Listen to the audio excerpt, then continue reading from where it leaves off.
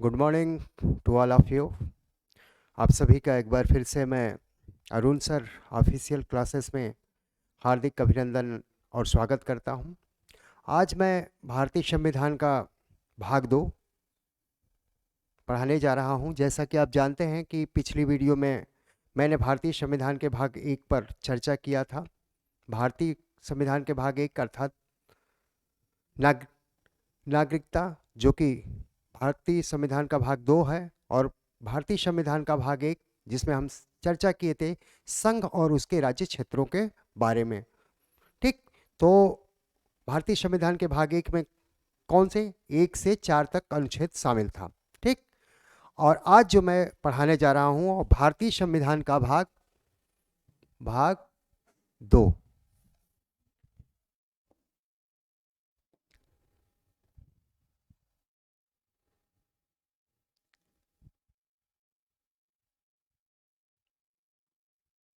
ठीक, आज मैं आप लोगों को पढ़ाने जा रहा हूं भारतीय संविधान का सबसे महत्वपूर्ण भाग। 22 भाग है, उसका एक दूसरा भाग, भाग 2, नागरिकता।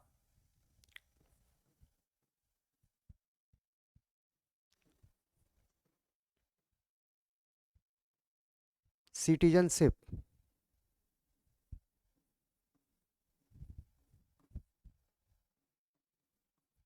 ठीक, नागरिकता।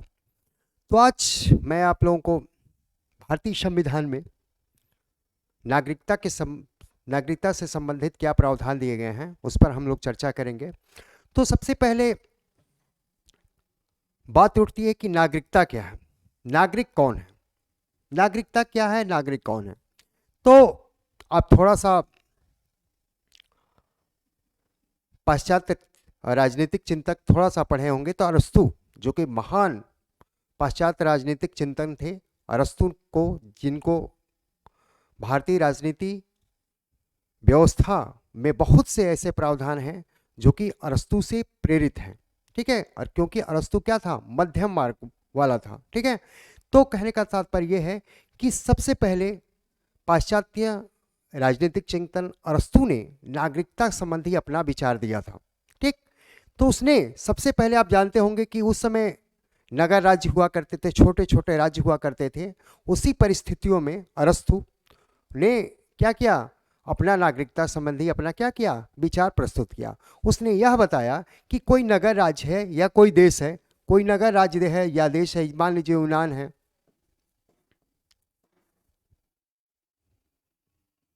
एथेंस है।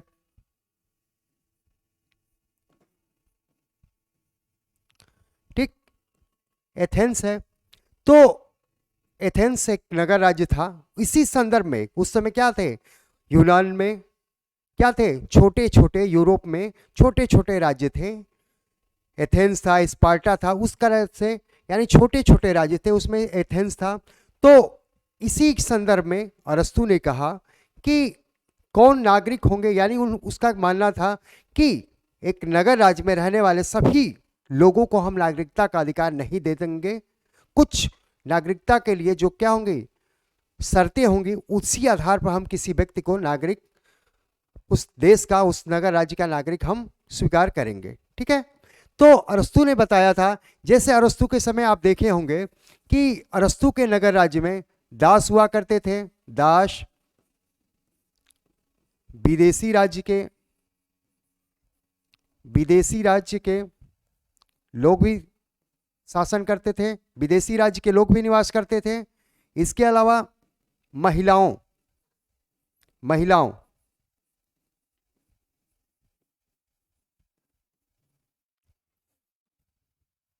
यानी अरस्तु का मानना था कि नगर राज्य में, ठीक, किसी देश के शासन व्यवस्था में जो लोग भागीदारी करते हैं उन्हीं को नागरिकता का अधिकार देना चाहिए, अर्थात सभी को नागरिकता का अधिकार नहीं देना चाहिए।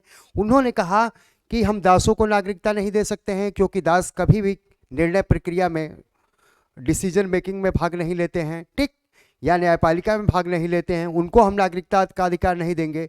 विदेशी राज्य, मान लीजिए, कहने का तात्पर्य है कि विदेशी राज्य के कोई नागरिक है, विदेशी राज्य के नागरिक,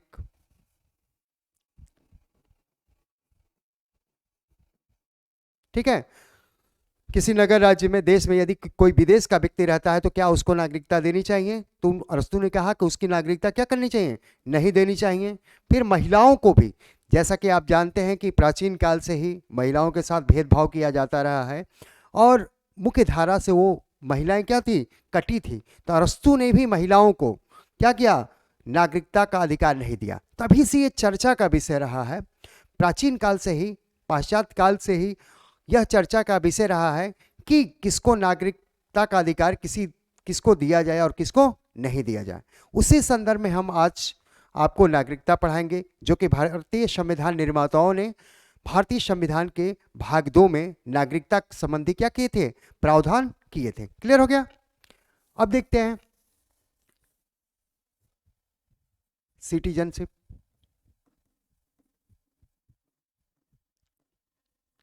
ध्यान दीजिए, जब भारतीय संविधान बन रहा था, 26 नवंबर 1949 में बनकर पूर्ण हो गया, और ऐसी परिस्थितियां बाद में उत्पन्न हुई जिसके कारण, जैसा कि आप जानते हैं कि भारतीय स्वतंत्रता आंदोलन के दौरान ही द्विराष्ट्रीय सिद्धांत की बात होने लगी। अर्थात कहने का तात्पर्य यह है कि भारत और पाकिस्तान एक अलग अलग देश बनेंगे। ठीक है?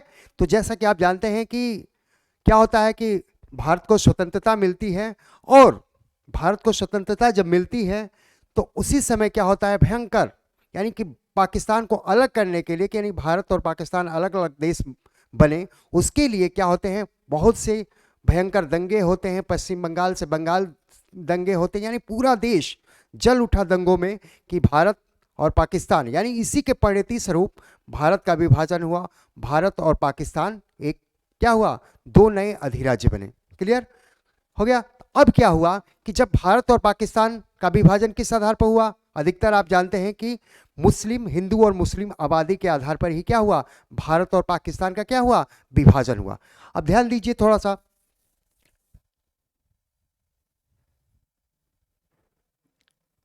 मैं मैप के माध्यम से थोड़ा सा आपको समझा रहा हूं।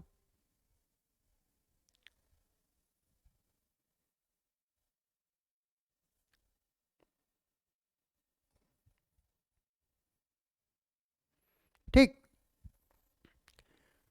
तो भारत का जब विभाजन हुआ, जैसे यहां ये जो आपका कह सकते हैं आज पश्चिमी बंगाल है, पहले क्या था?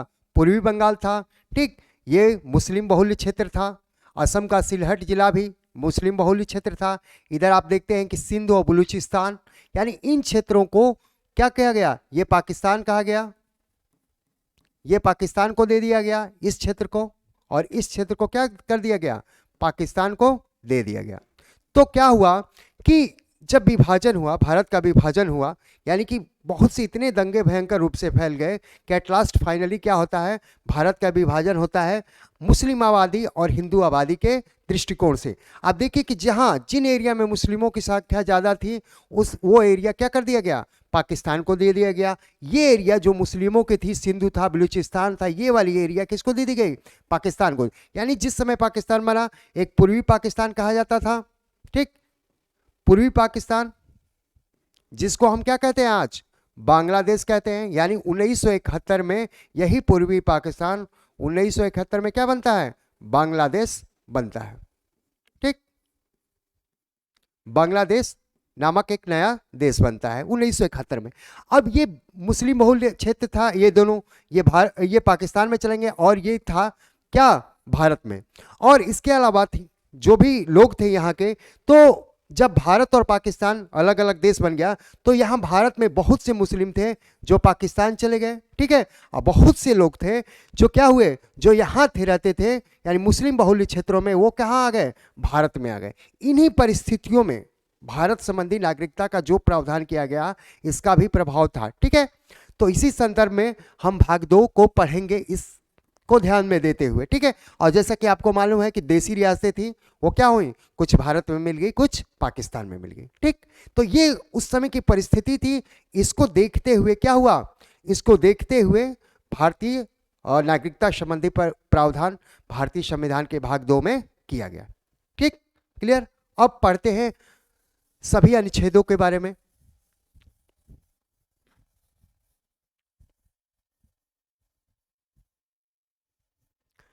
नागरिकता। नागरिकता भी दो प्रकार की होती है, ध्यान दीजिए। इकहरी नागरिकता,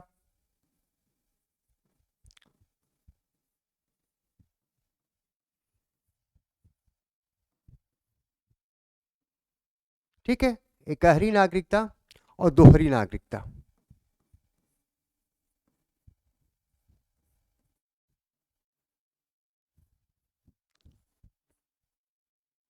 ठीक है, नागरिकता दो प्रकार की होती है, इकहरी नागरिकता और दोहरी नागरिकता। ठीक है, कहने का तात्पर्य क्या है कि कई देश हैं जिसमें दोहरी नागरिकता होती है, यानी कि एक केंद्र के नागरिक होते हैं और दूसरे राज्य के नागरिक। जैसे कि आपको मालूम होगा कि संघात्मक व्यवस्था, यानी जिस देश में संघात्मक सरकार चलती है वहां दो प्रकार की सरकारें होती है, केंद्र सरकार होती है और राज्य सरकारें होती है ना। तो दोहरी नागरिकता क्या होती है? दोहरी नागरिकता वह नागरिकता होती है जिसमें दो प्रकार की, केंद्र के आप नागरिक होंगे और दूसरे राज्य विशेष, यानी विशेष राज्य के आप नागरिक होंगे। उन देशों में के नागरिकों को दोहरी नागरिकता प्राप्त होती है, जैसे संयुक्त राज्य अमेरिका। जैसे बार बार क्वेश्चन पूछता है कि दोहरी नागरिकता का प्रावधान किस देश में किया गया है, तो संयुक्त राज्य अमेरिका का उदाहरण आप देंगे कि संयुक्त राज्य अमेरिका में दोहरी नागरिकता चलती है। संयुक्त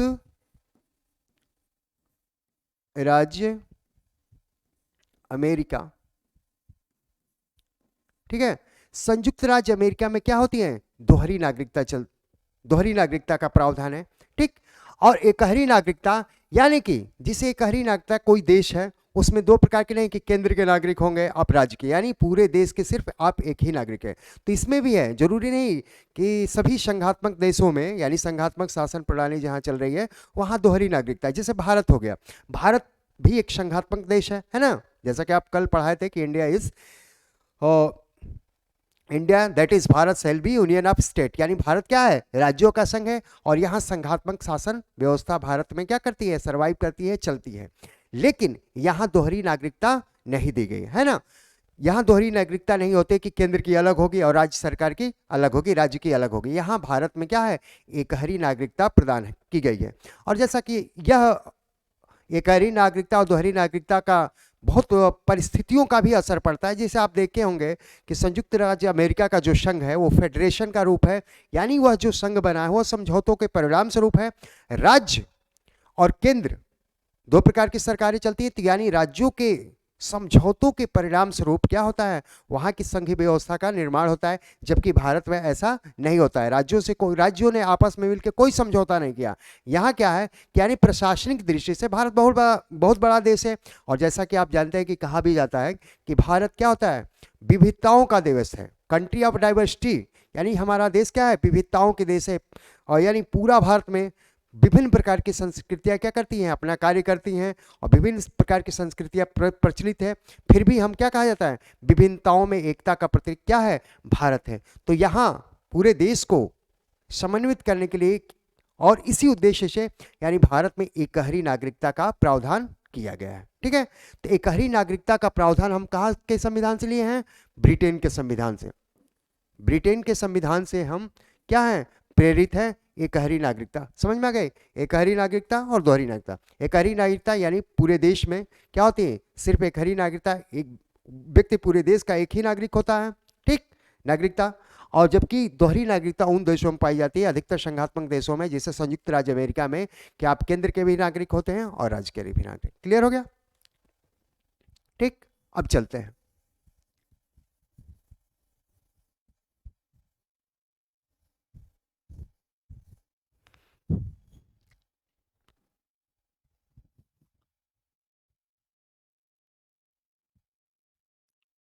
भाग 2, अनुच्छेद कितने से कितने तक?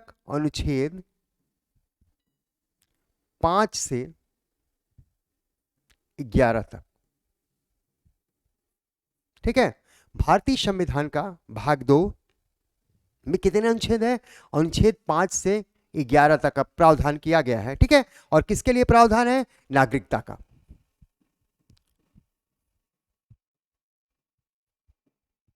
क्लियर?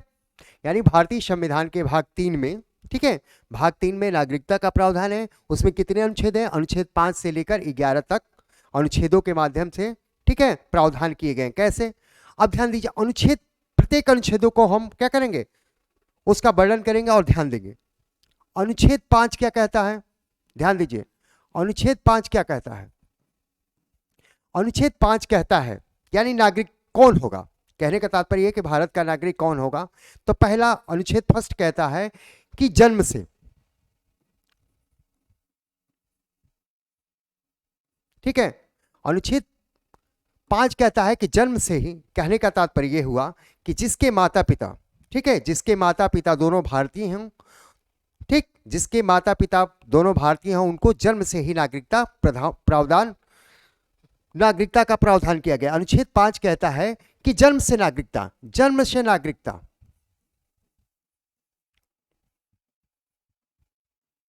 कहने का तात्पर्य है कि जिसके माता पिता दोनों भारतीय हों, उनको जन्म से ही नागरिकता क्या की जाती है, प्रदान की जाती है। क्लियर, सब बात समझ में आ गई? ठीक है। अब अनुच्छेद 6 क्या कहता है? अनुच्छेद 6, अनुच्छेद 6 क्या कहता है, ध्यान दीजिए, भारतीय संविधान का अनुच्छेद 6 कहता है कि जो लोग, जैसा कि अभी हमें पहले बताया था कि विभाजन के बाद बहुत से लोग पाकिस्तान से भारत आए और भारत से बहुत लोग क्या गए, पाकिस्तान गए, है ना, तो उनके लिए भी नागरिकता का प्रावधान किया गया कि यानी जो लोग पाकिस्तान से भारत आए, पाकिस्तान से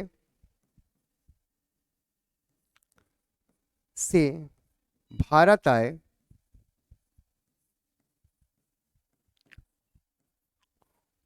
उन लोगों के लिए, उन लोगों के लिए नागरिकता का प्रावधान, उन लोगों के लिए नागरिकता का प्रावधान। बात समझ में आ गई? यानी कहने का मतलब यह हुआ कि जब विभाजन हो उसके बाद, ठीक, बहुत से लोग जो पाकिस्तान में रहते थे, यानी पाकिस्तान वाली एरिया में रहते थे, मुस्लिम बहुल एरिया में बहुत से हिंदू लोग थे, सिख लोग थे, वो भारत आए, तो उनके लिए भारतीय संविधान के अनुच्छेद 6 में प्रावधान किया गया कि उनको नागरिकता कैसी दी जाए, यानी कि पाकिस्तान से भारत आए लोगों के लिए नागरिकता का प्रावधान क्या है, नागरिकता का प्रावधान किसमें किया गया है, किसमें किया गया है, नागरिकता का प्रावधान किसमें किया गया है, अनुच्छेद 6 में किया गया है। ठीक है, क्लियर हो गया? ठीक है। अनुच्छेद 5 में क्या था? अनुच्छेद 5 में यह था कि जिनके माता पिता भारत में पैदा हुए हैं, वो भारत में रह रहे हों, उनको क्या होता, उनको नागरिकता दी जाएगी। दूसरा प्रावधान ये था कि विभाजन के बाद, जब भारत पाकिस्तान का विभाजन हुआ, तो पाकिस्तान के एरिया वाले, जो कि पाकिस्तान के एरिया वाले, पाकिस्तान क्षेत्र से जो लोग भारत में आए, उनके लिए नागरिकता का प्रावधान किस में किया गया? अनुच्छेद 6 में किया गया है। ठीक है, यानी कि कहने का तात्पर्य यह है कि 19 जुलाई, ध्यान दीजिए, 19 जुलाई 1948,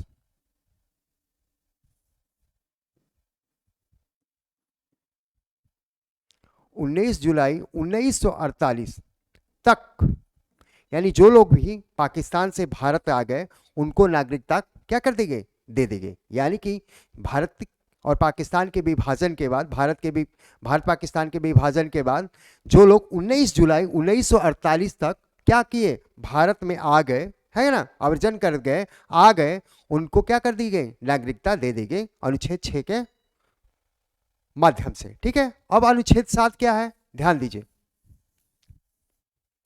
अनुच्छेद 7 क्या है? अनुच्छेद 7, यानी अनुच्छेद 7 ये कहा कि अनुच्छेद 7 यह कहता है कि बहुत से नागरिक थे जो भारत के, जो पाकिस्तान चले गए थे। ध्यान दीजिए, भारत का विभाजन हुआ, बहुत से नागरिक क्या हुए, पाकिस्तान चले गए। उसके बाद प्रावधान ये हुआ कि वहां जाने के बाद भी बहुत लोग लौटने लगे, वापस आने लगे भारत। ठीक है, बात समझ में आ रही? अनुच्छेद 7 कहता है कि जो भारत के विभाजन के बाद बहुत से लोग भारत से क्या गए, पाकिस्तान गए, और जो लोग 19 जुलाई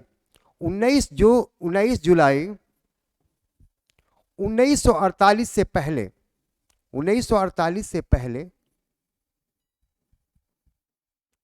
भारत आ गए, भारत आ गए, उनको नागरिकता का क्या दिया गया, अधिकार दे दिया गया। बात समझ में आ गई। यानी कहने का तात्पर्य यह है कि अनुच्छेद 7 कहता है कि जैसे भारत का विभाजन हुआ, ठीक, तो बहुत से नागरिक, भारत के नागरिक पाकिस्तान चले गए, फिर क्या हुआ, उनका मूड चेंज हुआ और फिर भारत आने लगे। यानी जो लोग 19 जुलाई 1948 तक में क्या हुए, आ गए भारत, ठीक है, उनको नागरिकता का क्या किया गया, अधिकार दिया गया। यानी ये प्रावधान किस में किया गया, अनुच्छेद 7 में। क्लियर हो गया, बात समझ में आ गई, ठीक। अब अनुच्छेद 8 क्या कहता है, अनुच्छेद 8 क्या कहता है, ध्यान दीजिए। अनुच्छेद 8 क्या कहता है, अनुच्छेद 8 ये कहता है कि यदि कोई व्यक्ति जिसके माता पिता भारत में रहते हों, ध्यान दीजिए, कोई भी व्यक्ति जिसके माता पिता, माता या पिता दोनों में से कोई एक भारत में रहता हो और वह व्यक्ति क्या हो गया, विदेश चला गया हो, ठीक, यदि उसको नागरिकता लेनी हो तो क्या प्रावधान है, इसके लिए प्रावधान किसमें किया गया, अनुच्छेद 8 में। यानी कि जैसे मान लीजिए, ध्यान दीजिए, मान लीजिए कि कोई व्यक्ति है, उसके माता या पिता कभी भारत के नागरिक यानी भारत में रह रहे हों और वह विदेश चला गया है, बहुत दिनों से विदेश में है, और तब उसके लिए नागरिकता का प्रावधान कैसे किया जाएगा, उसके लिए अनुच्छेद 8 में दिया गया। यानी विदेशी नागरिक जिसके माता पिता भारत में रह रहे हों, उनको नागरिकता कैसे दी जाएगी, इनका प्रावधान किसमें किया गया है, अनुच्छेद 8 में। ठीक है, क्लियर हो गया। अब अनुच्छेद 9 क्या है, अनुच्छेद 9, अनुच्छेद 9 है, यानी कहने का तात्पर्य यह है कि जैसे ये प्रावधान थे अनुच्छेद 5, 6, 7, 8 में कैसे आप नागरिकता यानी भारत के नागरिक हो सकते हैं। ठीक है, अनुच्छेद 9 में कहता है कि किस प्रकार आपकी नागरिकता आपसे छीनी जा सकती है या समाप्त हो जा सकती है। यानी कि नागरिकता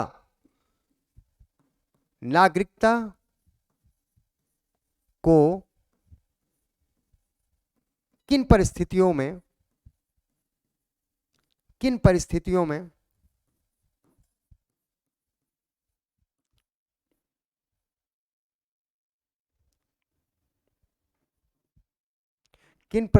में समाप्त किया जा सकता है। ठीक है, कहने का तात्पर्य यह है कि अनुच्छेद 9 कहता है कि किन परिस्थितियों आपकी नागरिकता को क्या कर दिया सकता है, समाप्त कर दिया जा सकता है। बात समझ में आ गई।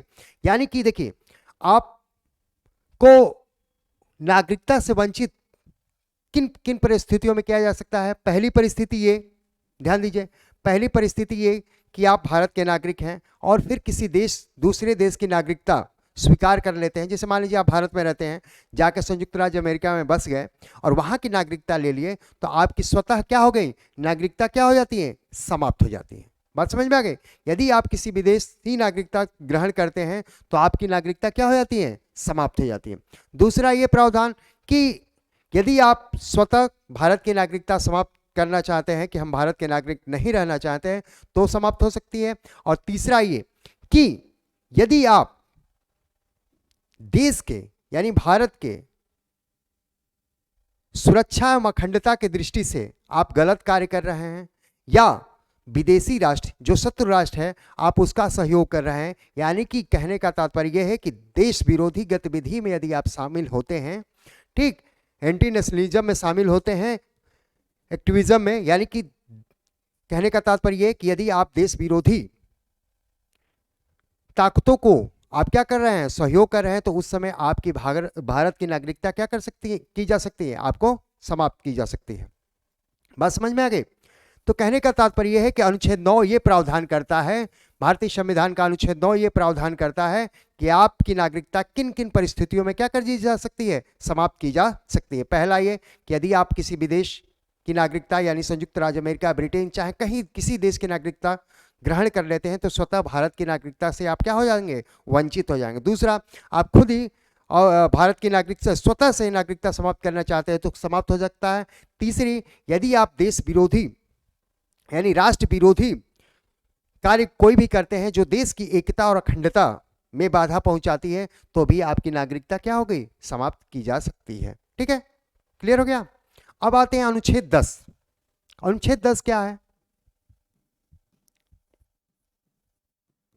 अनुच्छेद 10, अनुच्छेद 10 ये कहता है कि संसद, ठीक है, कहने का तात्पर्य यह है कि अनुच्छेद 10 ये कहता है कि संसद किसी भी परिस्थिति में आपका नागरिकता को समाप्त नहीं कर सकती। यानी युक्त युक्त, कहने का तात्पर्य ये है कि आपको यदि भारत के नागरिक हैं, यहाँ आपके माता पिता हैं जन्म से, चाहे जिस प्रावधान के तहत, यानी इस नियम, इस अनुच्छेद को लागू होने से पूर्व जिस प्रावधान के तहत आप भारत के नागरिक हैं, तो भारत की संसद, ठीक, आपकी नागरिकता समाप्त नहीं कर सकती जब तक कि आप ऐसे गतिविधियों में शामिल नहीं हो, चाहे वो उन शर्तों का आप पालन नहीं कर रहे हो जो एक नागरिकता के लिए क्या है, पर्याप्त है। अन्यथा आपकी नागरिकता क्या की जाएगी, समाप्त नहीं की जाएगी। कहने का तात्पर्य यह है कि अनुच्छेद 10 ये कहता है, अनुच्छेद 10 ये कहता है कि कोई भी आपकी भारतीय संसद हो गया, चाहे कोई भी कानून बनाने वाली संस्था, यानी कि जिसको दिया गया है नागरिकता संबंधी प्रावधान बनाने को, तो आपको बगैर कोई गलत कार्य करते हुए, बगैर किसी कारण के आपको नागरिकता से वंचित करने वाला कोई भी कानून नहीं बना सकते। ठीक है, अब आते हैं अनुच्छेद 11। अनुच्छेद 11 क्या है, ध्यान दीजिए। भारतीय संविधान का अनुच्छेद 11 बहुत ही महत्वपूर्ण है।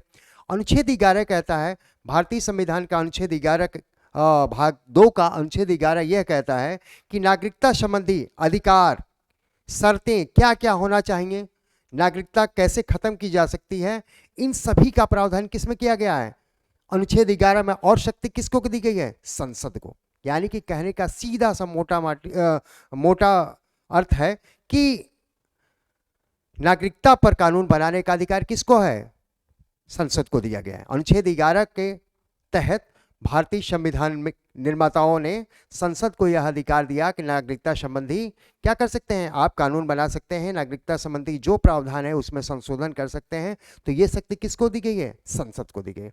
तो थोड़ा सा संक्षिप्त में आप जान जाइए अनुच्छेद 5 से 11। अनुच्छेद 5 क्या कहता है, ध्यान से सुनिए।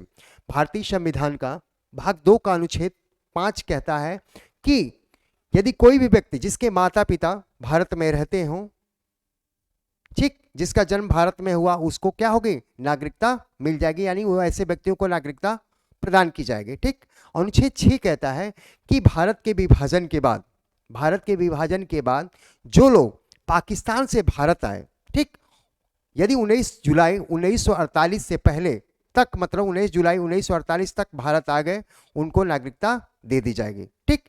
इसके बाद अनुच्छेद 7 कहता है कि बहुत से लोग पाकिस्तान गए, फिर क्या हुआ, उनका मन बदला और फिर भारत आ गए।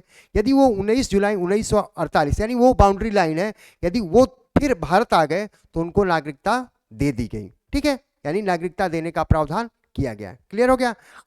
ठीक है। 9 क्या कहता है, भारतीय संविधान का अनुच्छेद 9 कहता है कि नागरिकता, यानी किसी व्यक्ति की नागरिकता से वंचित किन किन परिस्थितियों में आपको किया जा सकता है ना। जैसा कि बताएं कि जब आप किसी विदेश की नागरिकता आप ग्रहण करते हैं तो भारत की नागरिकता क्या होती है, ऑटोमेटिक स्वतः क्या हो जाती है, समाप्त हो जाती है। दूसरी परिस्थिति ये कि आप स्वतः ही अपने भारत की नागरिकता समाप्त करना चाहते हैं तो समाप्त हो सकती है। तीसरी कि यदि आप देश गतिविधि, यानी देश विरोधी गतिविधियों में शामिल हैं जो कि देश की एकता और अखंडता में बाधक उत्पन्न कर रही है, या किसी आप शत्रु देश से मिले हुए हैं, उस परिस्थिति में आपकी नागरिकता क्या की जाएगी, समाप्त कर दी जाएगी। क्लियर हो गया। अनुच्छेद 10 कहता है कि बिना कोई नियम के, बिना किसी कारण के, ठीक, आपको नागरिकता से वंचित नहीं किया जाएगा, यानी कि युक्त परिस्थितियों में, ठीक है, इस पर विचार किया जाएगा। ठीक है, क्लियर हो गया। अनुच्छेद 10 के बाद अनुच्छेद 11 कहता है, अनुच्छेद 11 कहता है कि इस भाग में, यानी अनुच्छेद 5 से 11 तक में जो नागरिकता संबंधी प्रावधान है, इसमें संशोधन करने का, जोड़ने का सब अधिकार किसको दिया गया है, भारत की संसद को दिया गया है। क्लियर हो गया, अब समझ में आ गए।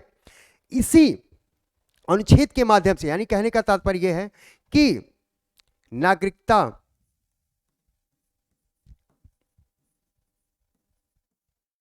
नागरिकता संबंधी प्रावधानों में जो प्रोविजन है,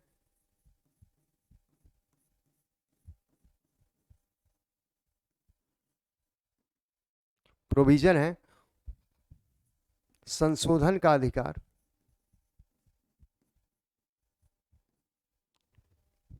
संशोधन का अधिकार संसद को दिया गया है।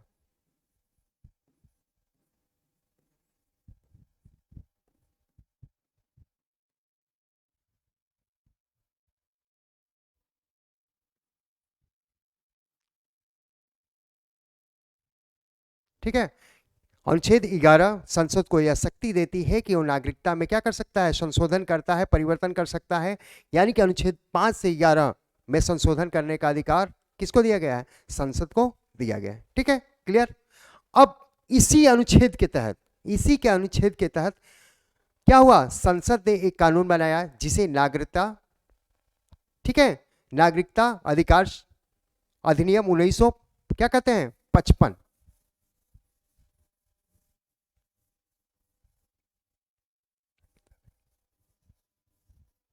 ठीक है, 1900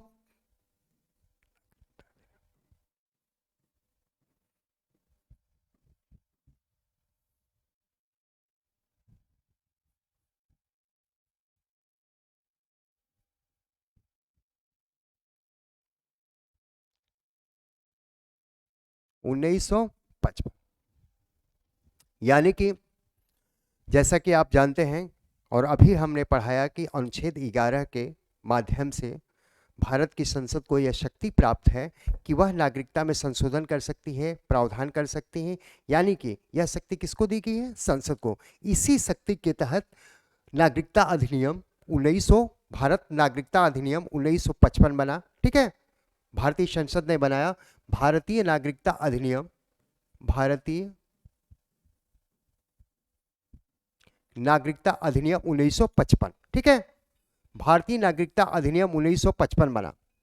इसके तहत इस अधिनियम में, ठीक, इस अधिनियम में नागरिकता अधिनियम 1955 में यह प्रावधान किया गया है, इसमें बताया गया है कि किस प्रकार से आप भारत की नागरिकता आपको मिलती है या उसके लिए क्या प्रावधान है। तो पहला, इसमें पांच पांच दिया गया है। पहला, जन्म से, ध्यान दीजिए, ठीक है, जन्म से, यानी कि भारत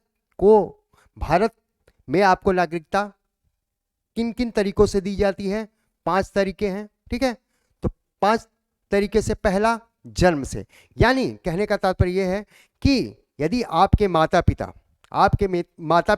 भारत में हों, भारत में जन्मे हो, पैदा हुए हैं, तो आपको नागरिकता दी जाएगी। यानी कि नागरिकता एक जन्म से मिलती है, यानी आपके माता पिता भारतीय हों तो आपको जन्म से ही नागरिकता क्या हो जाएगी, प्राप्त हो जाएगी। क्लियर हो गया।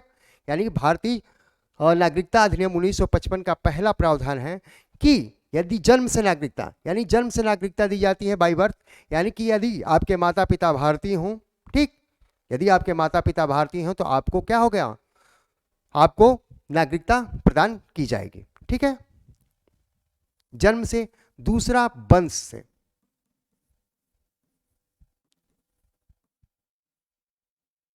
ठीक है, पहला क्या था, जन्म से, यानी यदि आपके माता पिता भारतीय हों और भारत में पैदा हुए हों तो आपको नागरिकता क्या हो जाएगी, स्वतः मिल जाएगी। ठीक है, आप भारत के नागरिक होंगे। दूसरा, वंश। वंश मतलब क्या होता है, जैसे मान लीजिए आपके माता पिता, आपके माता या पिता दोनों में से कोई एक भारत का हो, ठीक है, या माता पिता दोनों भारत के, आप विदेश में रह रहे हो, ठीक है, तो भी आपकी नागरिकता, यानी आपको नागरिकता दी जा सकती है। ठीक है, उसके लिए प्रावधान है। ठीक है, यदि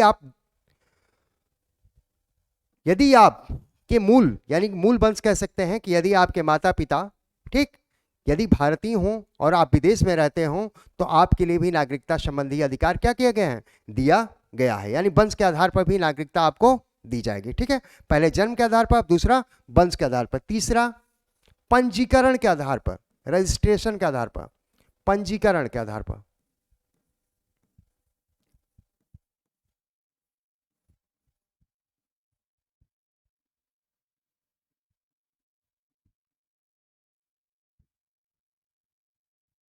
ठीक, यानी तीसरा क्या प्रावधान है भारतीय नागरिकता अधिनियम 1955 में? तीसरा पंजीकरण के द्वारा। पंजीकरण का मतलब क्या? अब जैसे ध्यान दीजिए, पंजीकरण के द्वारा जैसे आप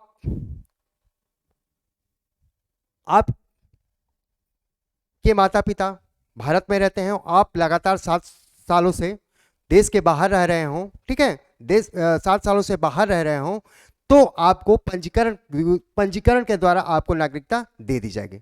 बात समझ में आ रही है? यानी पंजीकरण के माध्यम से यदि आप भारत से बाहर 7 वर्षों से बाहर रह रहे हैं और आपके माता पिता भारतीय हों, तो आपको क्या किया जाएगा? पंजीकरण के माध्यम से आपको पंजीकरण कराना पड़ेगा, भारतीय नागरिकता के लिए पंजीकरण कराना पड़ेगा और आपको क्या कर दी जाएगी? नागरिकता दे दी जाएगी। इसके अलावा दूसरी परिस्थिति क्या है? पहला तो ये हो गया पहला। दूसरी परिस्थिति ये है कि यदि मान लीजिए आप भारत के नागरिक हैं, कल्पना करिए आप भारत के नागरिक हैं और किसी विदेशी महिला से आप शादी कर लेते हैं, तो आपकी, ठीक है, आपकी पत्नी को क्या हो गया? भारत की नागरिकता मिल जाएगी। या बात समझ में आ रही है? यानी कि शादी, यानी कि दूसरा ये कि जैसे मान लीजिए आप भारत के नागरिक हैं, ठीक है, और किसी विदेशी महिला से आप शादी कर लेते हैं, तो विदेशी महिला जो आपकी पत्नी होगी उसको नागरिकता क्या कर दी जाएगी? दे दी जाएगी। चाहे आप यहाँ की मान लीजिए पत्नी है, मान लीजिए, कहने का तात्पर्य यहाँ की आप लड़की हैं, आप किसी विदेशी लड़के से शादी कर लेती हैं, तो उसको भी नागरिकता क्या हो जाएगी? मिल जाएगी। ठीक है, समझ में आ गया? दो परिस्थितियां। तीसरी परिस्थिति क्या है?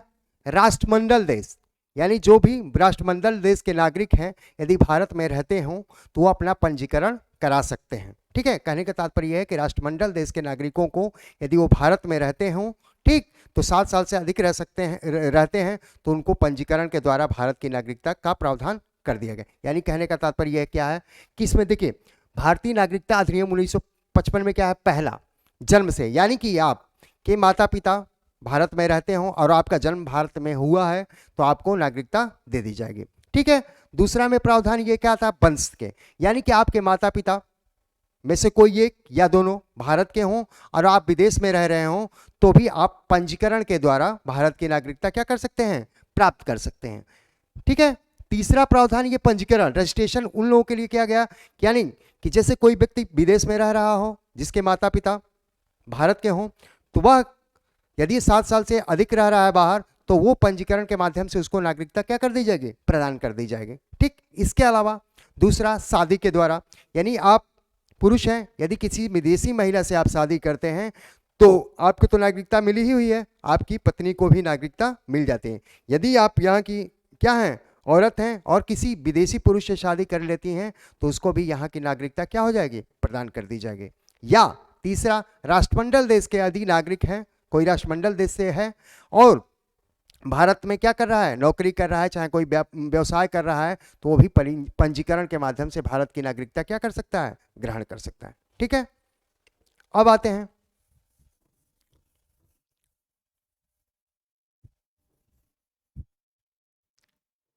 चौथा, प्राकृतिक।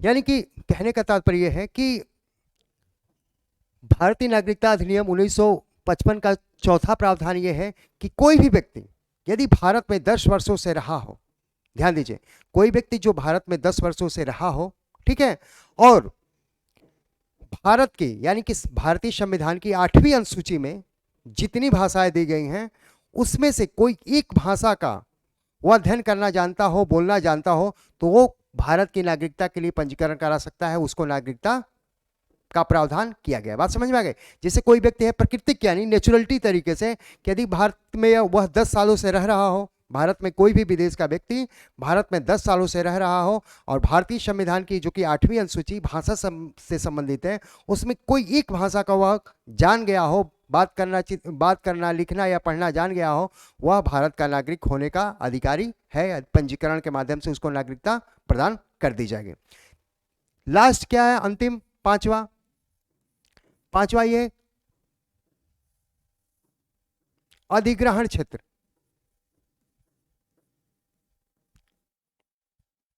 अधिग्रहण के द्वारा, मान लीजिए भारत संघ है, भारत संघ किसी राज्य क्षेत्र को जो कि भारत का संघ नहीं रहा है, बाहर का, यदि कोई क्षेत्र अर्जित करता है, यानी अर्जित क्षेत्र कहता है, एक्वायर्ड एरिया कहा जाता है, यदि अर्जित क्षेत्र कहा जाता है और भारत में सम्मिलित हो जाता है तो उसको क्या कर दीजिए, पूरे क्षेत्र के क्या कर दिया, सामूहिक नागरिकता दे दी जाएगी। यानी कि मान लीजिए, जस्ट इमेजिन, कल्पना करिए कि जैसे कोई भारत है, कोई दूसरा देश है, ठीक, उसमें भारत के संघ राज्य क्षेत्र में शामिल हो जाता है तो वहां के सभी नागरिकों को क्या कर दी है, सामूहिक नागरिकता प्रदान कर दी जाएगी। ठीक है, तो ये था नागरिकता।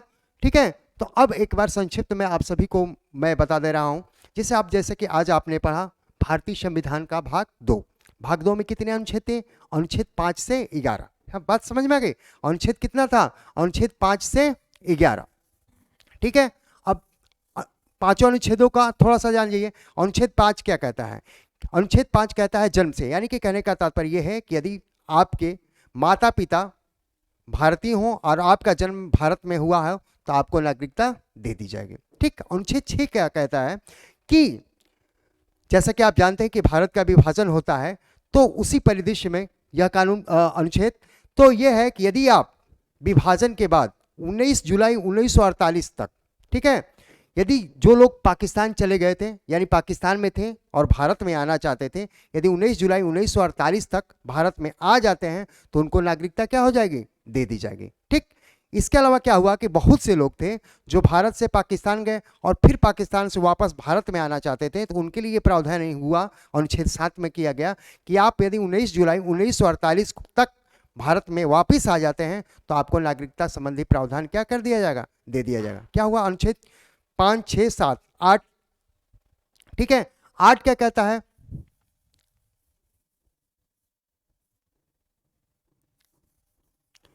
अनुच्छेद 8 कहता है कि पंजीकरण के माध्यम से आपको नागरिकता देने का प्रावधान, यदि माता पिता, यानी कोई भी व्यक्ति यदि उसके माता पिता भारतीय हों और विदेश में रहता हो तो उसके लिए भी पंजीकरण के द्वारा वो नागरिकता का अधिकार उसको प्रावधान किया जा सकता है। ठीक, अब अनुच्छेद 9 कहता है, अनुच्छेद 9 में ये प्रावधान है कि आपको किस तरीके से नागरिकता से वंचित किया जा सकता है, यानी कि आपको नागरिकता से वंचित करने का प्रावधान, यानी कोई व्यक्ति भारत का नागरिक है उसको किन किन परिस्थितियों में क्या कर दिया जाएगा, नागरिकता से, भारत की नागरिकता से वंचित कर दिया जाएगा, उसके लिए प्रावधान किस में है, अनुच्छेद 9 में है।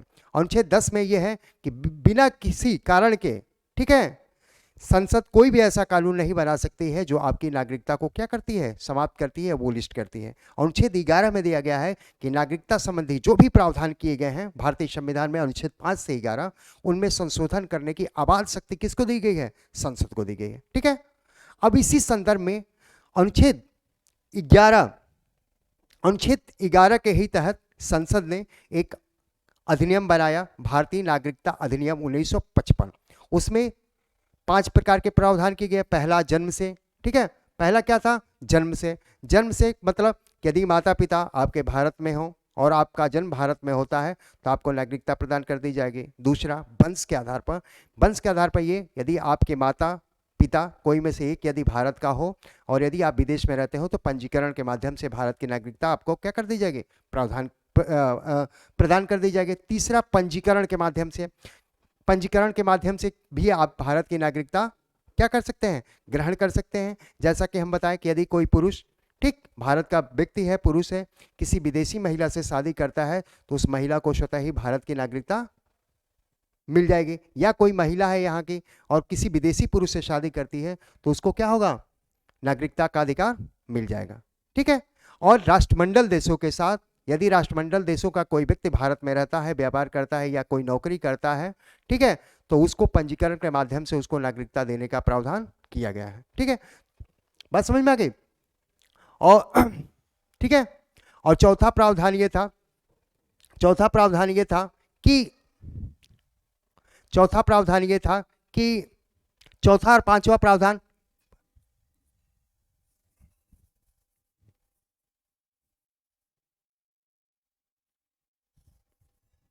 चौथा और पांचवा प्रावधान ये था कि जैसे यदि भारतीय संघ राज्य क्षेत्र यदि किसी दूसरे राज्य क्षेत्र का अधिग्रहण करता है, अर्जन करता है, ठीक है, उसमें शामिल करता है, तो वहां के नागरिकों को पूर्णता क्या हो जाएगी, पूर्णता उसको नागरिकता प्रदान कर दी जाएगी। ठीक है, उसके बाद 4 में था कि, ठीक है, तो कहने का तात्पर्य ये कि आपको संक्षिप्त में बता दिए और डिटेल में बताया गया था। ठीक, उसको नोट कर लीजिएगा और दूसरी किताबों से भी क्या क्या प्रावधान है कर लीजिएगा। थैंक यू, धन्यवाद।